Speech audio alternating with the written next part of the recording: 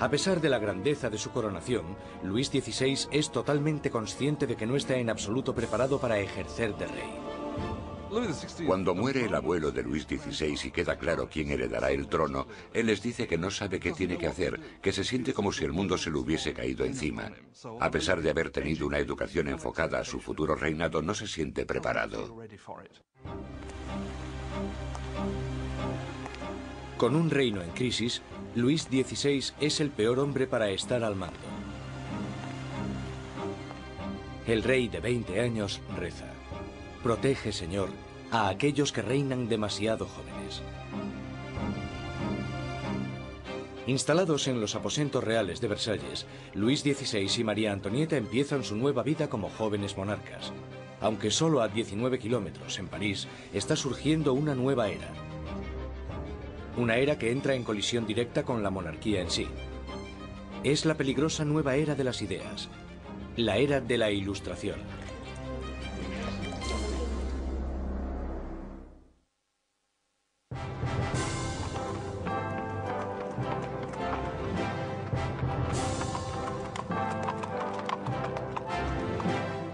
Mientras el carruaje real se va acercando al prestigioso colegio Louis le Grand en París, la gente se aglomera para echar un vistazo a la realeza. Es el momento de darle la bienvenida a París al nuevo rey, Luis XVI, y a su joven esposa.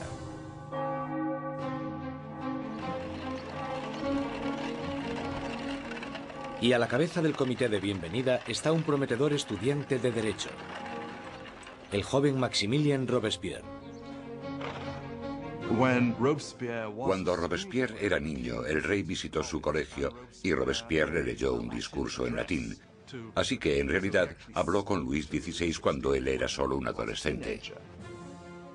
Cuando Robespierre recita su monólogo en latín, el rey casi ni se fija en el niño.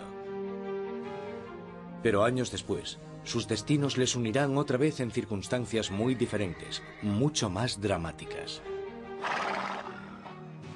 Fue uno de estos rituales habituales en los colegios, y por supuesto es totalmente irónico porque allí estaba el joven Robespierre leyendo este discurso en honor al hombre que más tarde matará.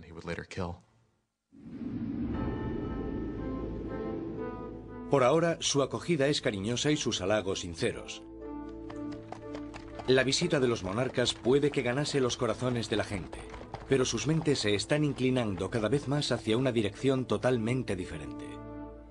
Desde la Edad Media, la sociedad europea se había dividido en tres clases distintas, establecidas en el nacimiento. Había una gran división entre la riqueza de la nobleza y el clero y la pobreza de los campesinos. Entonces, en pleno siglo XVIII, la razón y la ciencia empiezan a cuestionar esta tradición. Envuelto por una corriente de innovación y nueva literatura, París es ahora el centro filosófico del mundo. La ciudad es invadida por nuevas corrientes de conocimiento, se abren nuevas posibilidades. Es la era de la Ilustración. La Ilustración es un movimiento que lo que dice es que desconfíes de la autoridad, que desconfíes de todo lo que te hayan contado antes y que pienses por ti mismo, que lo compruebes tú mismo. En la Europa del antiguo régimen te decían lo que tenías que pensar. El clero y los gobernantes te daban la información. La idea de que una persona con algo de dinero pudiese acceder a través de la alfabetización al conocimiento humano de manera libre era revolucionaria. Surge una nueva élite por todo París. Los aristócratas se reúnen para hablar sobre los escritores de la Ilustración y la floreciente edad de la razón. Voltaire, Rousseau. Nuevas voces se alzan a favor de la libertad, del control del propio destino y, sobre todo, de la igualdad. La pasión por esta nueva literatura se desata sobre todo en las clases altas.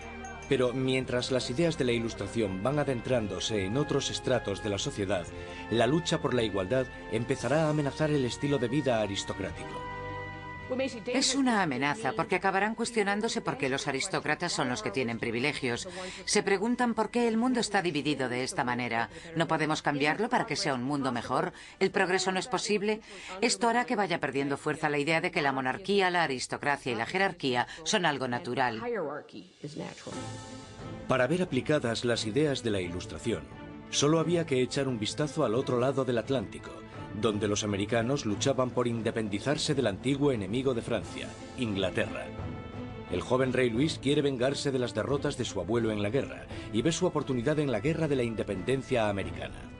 Luis confía a la causa un total de 2.000 millones de libras, lo suficiente para alimentar y dar cobijo a 7 millones de ciudadanos franceses durante un año.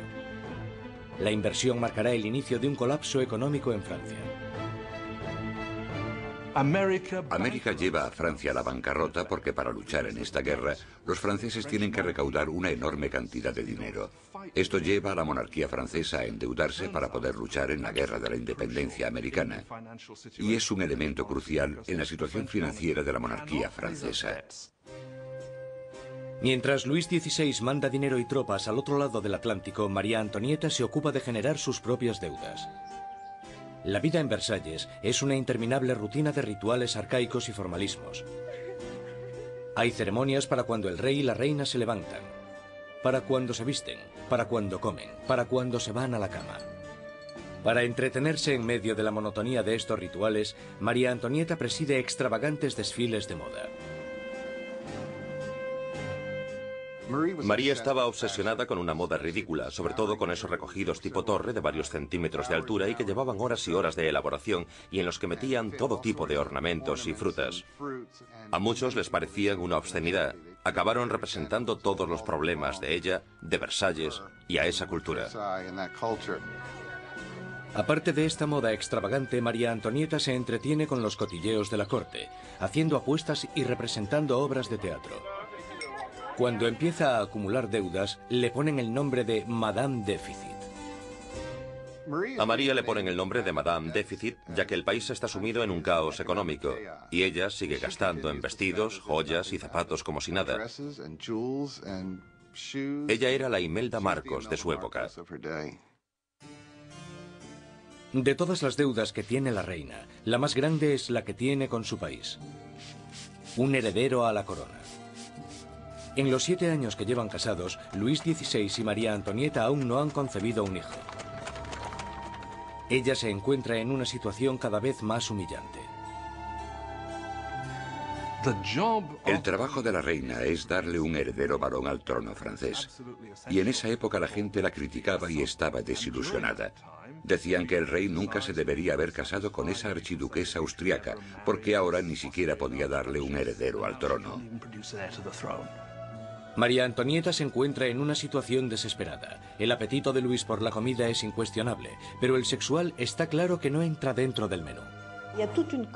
María Teresa, la madre de María Antonieta, se cuestionaba: si una mujer tan guapa como mi hija no puede hacerle funcionar, ¿qué es lo que pasa? Luis XVI y su joven esposa María Antonieta no fueron capaces de concebir un hijo durante 7 años, y esto deslucirá el principio de su reinado. De sobra era conocida su afición de cerrajero. Había un montón de canciones sobre Luis el cerrajero, al que le costaba encontrar el agujero donde meter la llave. El desinterés de Luis XVI por el sexo es visto como una falta de hombría. Después de años de frustración y depresión por parte de la corte, al rey se le diagnostica una enfermedad curable llamada fimosis. Luis tenía una deformidad que hacía que la excitación sexual fuese extremadamente dolorosa, y por tanto no hubo consumación del matrimonio hasta que una operación quirúrgica lo corrigió, pero le aterraba operarse y le llevó años decidirse a hacerlo. Y cuando al final se operó, ¡voilá!